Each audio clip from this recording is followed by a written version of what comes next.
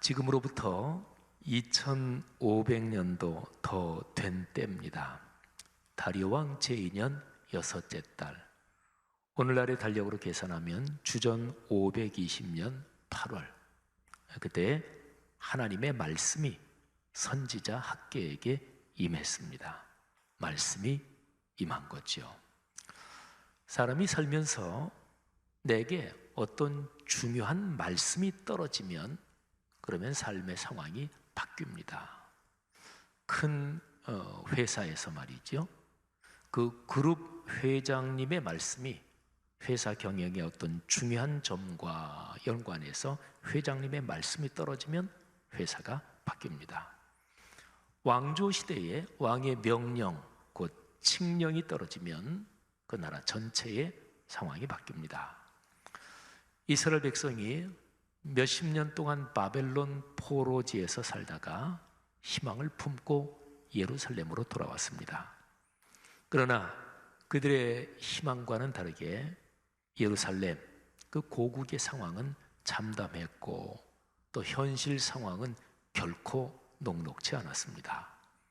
그런 가운데서 품고 왔던 희망은 사그러들고, 그리고 현실 상황에서 절망하고 있는 이스라엘 공동체, 거기에 하나님의 말씀이 떨어진 것입니다. 하나님의 말씀이 떨어졌으니까 그들의 삶의 현실, 삶의 상황이 바뀌었겠죠. 이제 변화가 일어나겠죠. 오늘 성경 말씀을 보면 1절과 3절에 두 번 말씀이 임하니라, 이 표현이 기록이 되어 있습니다. 그러니까 하나님의 말씀이 선지자 학개를 통해서 두 지도자 스룹바벨과 여호수아에게 선포되고 또 이스라엘 백성 공동체 전체에게 선포됩니다. 말씀이 임한 거죠. 그런데 말씀이 임하니라 그 표현 다음에 이르시되, 이런 표현이 또 이어져 있습니다. 그러니까 하나님의 말씀은 추상적인 공론이 아니고 구체적인 내용을 담고 있습니다. 하나님의 말씀이 우리의 삶으로 다가올 때 하나님은 언제나 우리의 삶의 변화를 요청하십니다. 그래서 우리의 삶의 상황을 바꾸시는 거죠. 이르시되, 그 다음에 이어지는 말씀이 바로 삶의 상황과 관련한 실존의 변화를 촉구하는 내용이 됩니다. 자, 그러면 학개 선지자를 통해 이스라엘 민족에게 내린 하나님의 말씀, 그 구체적인 내용이 무엇일까요? 2절과 3절에 내용적으로는 같은데 표현상으로는 다르게 2절과 3절에 그 내용이 나와 있습니다. 자, 2절과 3절의 내용 여러분과 제가 한번 같이 읽겠습니다. 이 백성이 말하기를 여호와의 전을 건축할 시기가 이르지 아니하였다 하느니라. 이 성전이 황폐하였거늘 너희가 이때에 판벽한 집에 거주하는 것이 옳으냐. 자, 보세요. 내용의 핵심은 성전에 관련된 것이었습니다. 성전, 하나님께 예배하는 건물 말이지요. 이스라엘 백성이 바벨론의 포로로 끌려갔다가 거기에서 다시 고국 예루살렘으로 돌아오게 된 것은 페르시아 왕 고레스가 바벨론 국가를 꺾습니다. 그리고서 주전 538년에 칙령을 내리죠. 유대인들은 자기들 고국으로 돌아갈 수 있게 칙령을 내린 것입니다. 그래서 돌아옵니다. 이게 1차 귀환입니다. 이들은 귀환한 후에 바로 성전 재건을 시작했습니다. 그러나 현실적인 어려움이 산적해 있었고 그 현실적인 어려움의 벽에 부딪혀서 성전 재건은 짓다가 중단되고 말았습니다. 그리고 한 18년 정도 세월이 흘렀습니다. 오늘 본문 1장 1절에 주전 520년 8월, 그 정도까지 18년 세월이 흐른 거죠.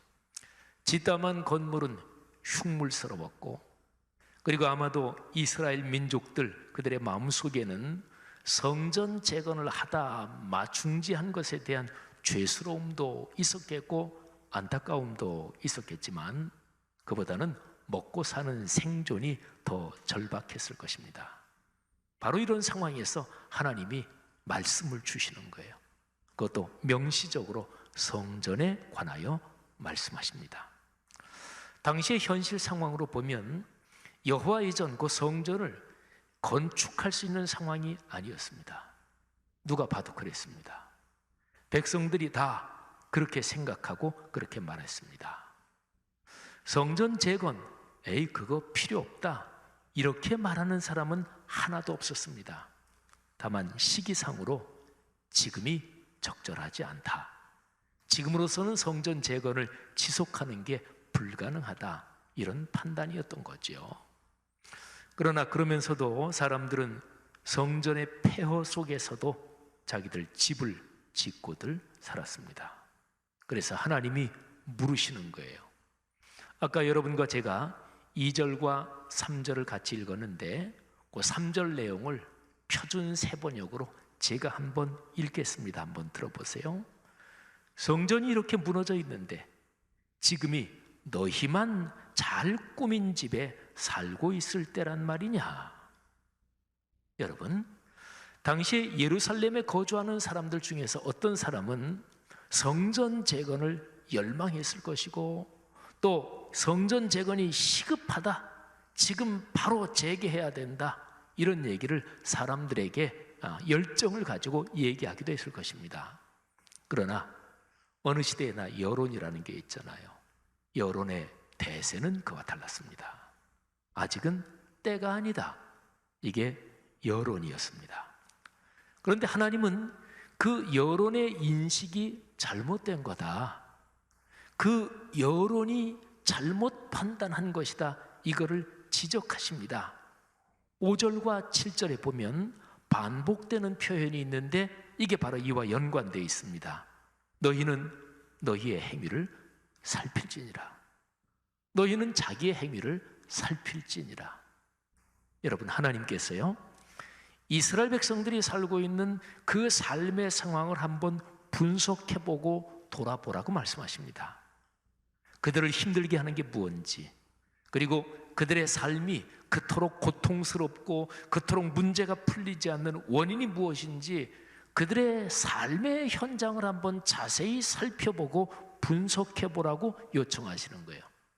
하나님은요, 인격적인 분이시기 때문에 어떤 일을 진행하실 때 우리 사람을 윽박지르면서 강제하고 이렇게 역사하시지 않습니다.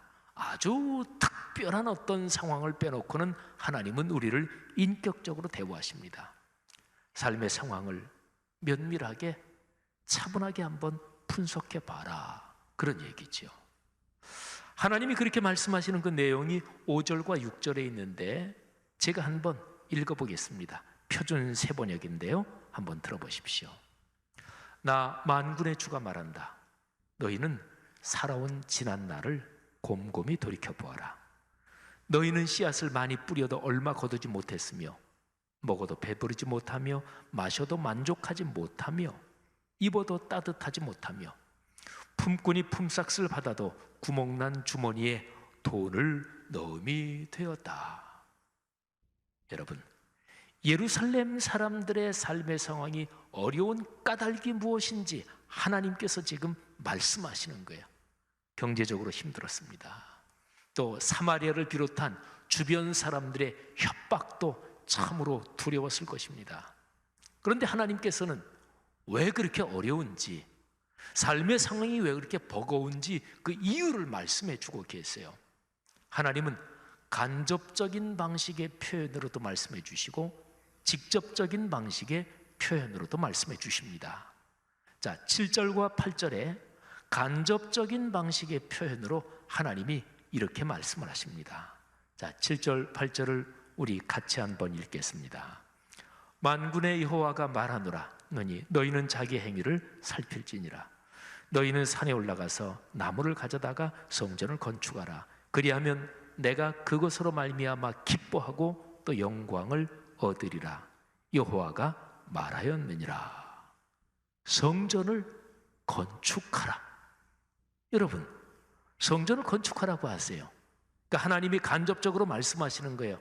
성전 건축에, 성전에 너희의 삶의 상황이 거기에 걸려있다, 이렇게 말씀하시는 거예요. 하나님께 예배하는 건물, 하나님께 예배하는 것, 하나님과의 관계에 이스라엘 백성들의 삶의 상황이 절대로 뗄 수 없이 연결되어 있다, 걸려 있다, 이 말씀을 하시는 거예요. 오늘 제 설교의 제목이 성전과 삶의 상황, 이거지요. 이 두 가지가 연결되어 있다는 거예요. 자, 오늘 말씀 9절부터 11절에는 직접적인 방식의 표현으로 하나님께서 메시지를 전달하십니다. 자, 보셔요. 제가 한번 읽습니다. 너희가 많이 거두기를 바랐으나 얼마 거두지 못했고, 너희가 집으로 거두어 들였으나 내가 그것을 흩어버렸다. 그 까닭이 무엇이냐? 나 만군의 주의 말이다. 나의 집은 이렇게 무너져 있는데 너희는 저마다 제 집 일에만 바쁘기 때문이다.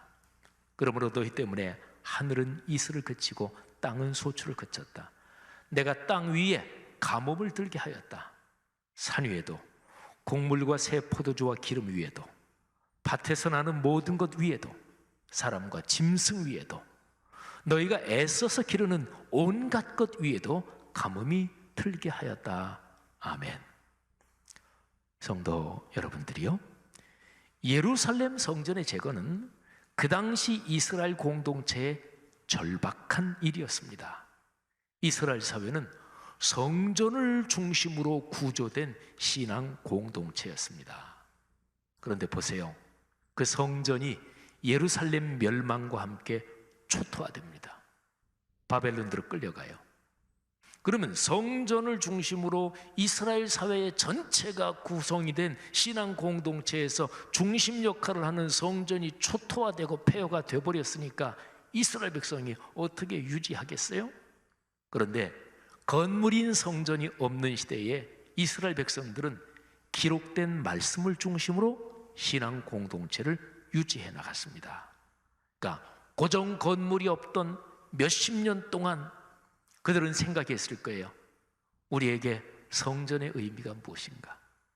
성전이 폐허가 되고 파괴되면서 그들은 그야말로 충격을 받았을 텐데, 그러면서 이제 생각을 했겠죠. 성전의 의미가 무엇인가? 우리가 믿는 하나님 신앙의 핵심이 무엇인지를 깊이 묵상했을 것입니다. 그리고 그 묵상 중에 그들은 거기에서 새로운 깨달음을 얻었습니다. 성전 건물의 의미가 성전 구조의 심장 부분인 지성소에 있고요, 그리고 지성소 안에 언약궤가 성전의 심장이다, 이거를 뼈저리게 깨달았습니다.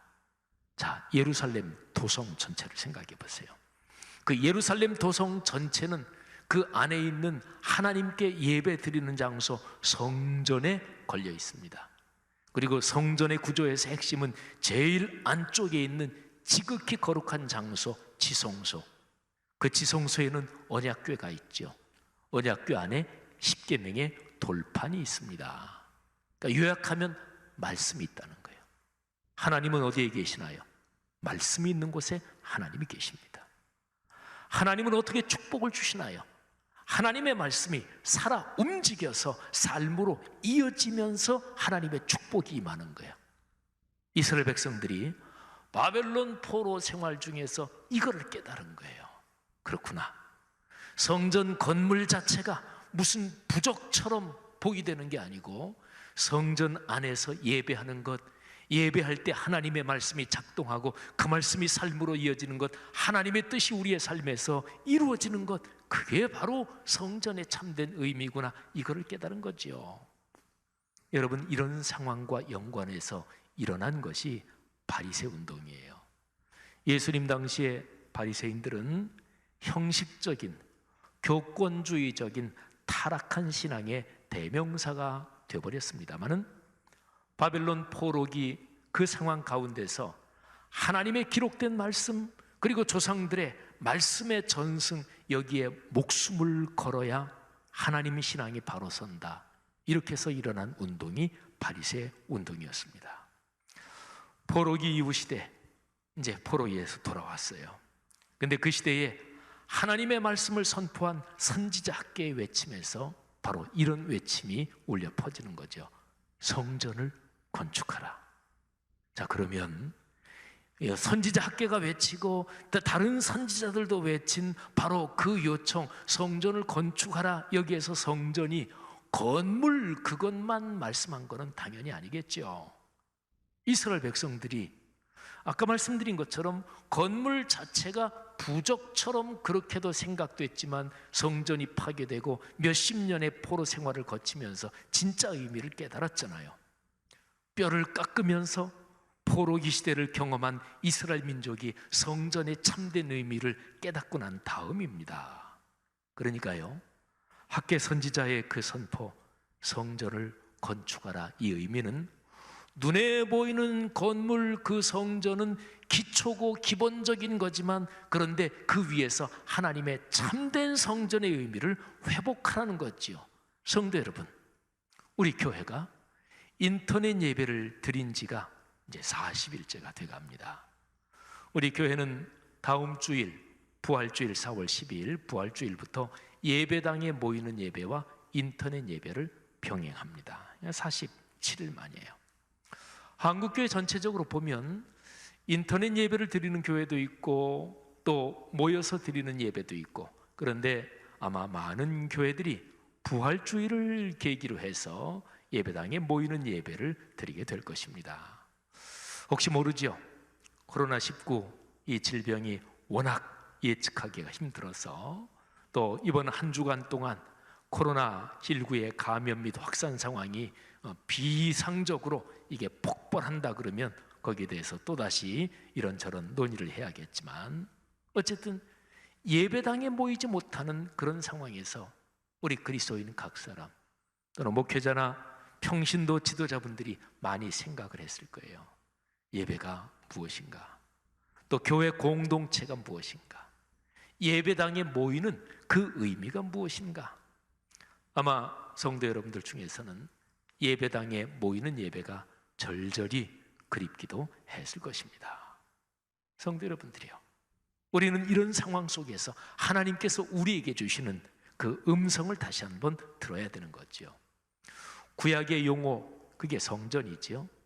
이게 성전이라는 용어는 구약시대 이스라엘 백성들, 그 이스라엘 공동체에서 신앙의 심장이었어요. 오늘날의 용어로는 예배당, 성전 건물을 의미하는 거니까 예배당 이렇게 말할 수가 있지요. 그런데 오늘 여기 본문에 있는 것처럼 건물로서의 성전의 의미는 거기에서 예배가 드려지기 때문에 중요한 것이요, 그리고 예배의 핵심은 그 안에서 선포되는 하나님의 말씀이지요. 성도 여러분들이요, 지금 우리가 쓰고 있는 이 건물을 우리는 말씀 성전이라고 이름을 붙였는데, 저는 10년 전에 우리가 이 말씀 성전을 완공해서 들어왔잖아요. 근데 그 이전에 한 4년에 걸쳐서 말씀 성전을 짓는 중에 계속해서 강조했습니다. 참 성전은 성도들 각자의 마음속에 지어지는 것이고, 삶의 현장에서 하나님의 말씀이 살아 움직이는 것이다. 그러니까 성전의 중심은 말씀이고, 말씀이 예배의 구성 요건에서 심장이라는 거죠. 사랑하는 그리스도인 여러분들이요, 코로나19 상황을 겪으면서 우리는 다시금 오늘 구약의 언어로 말하면 성전, 오늘날의 일반적인 용어로 말하면 예배당, 그리고 예배당에 모여서 예배드리는 그 의미가 뭔지 그걸 다시 한번 새겨야 합니다. 성전은 예배를 통하여 말씀이 우리의 삶의 상황에서 작동하는 것을 뜻합니다. 자, 이런 면에서요, 코로나19는 우리에게 성전, 그러니까 하나님께 예배드리며 말씀이 우리의 삶에서 작동하는 이 성전이 담고 있는 의미와 우리의 실제적인 삶의 상황이 뗄 수 없이 연결되어 있다는 것을 다시 한번 깨닫게 하는 거지요. 구체적인 공간의 성전, 예배당 중요하지요. 이거는 기초적인 거니까. 그리고 예배당에 모여서 예배하는 것 당연히 중요하지요.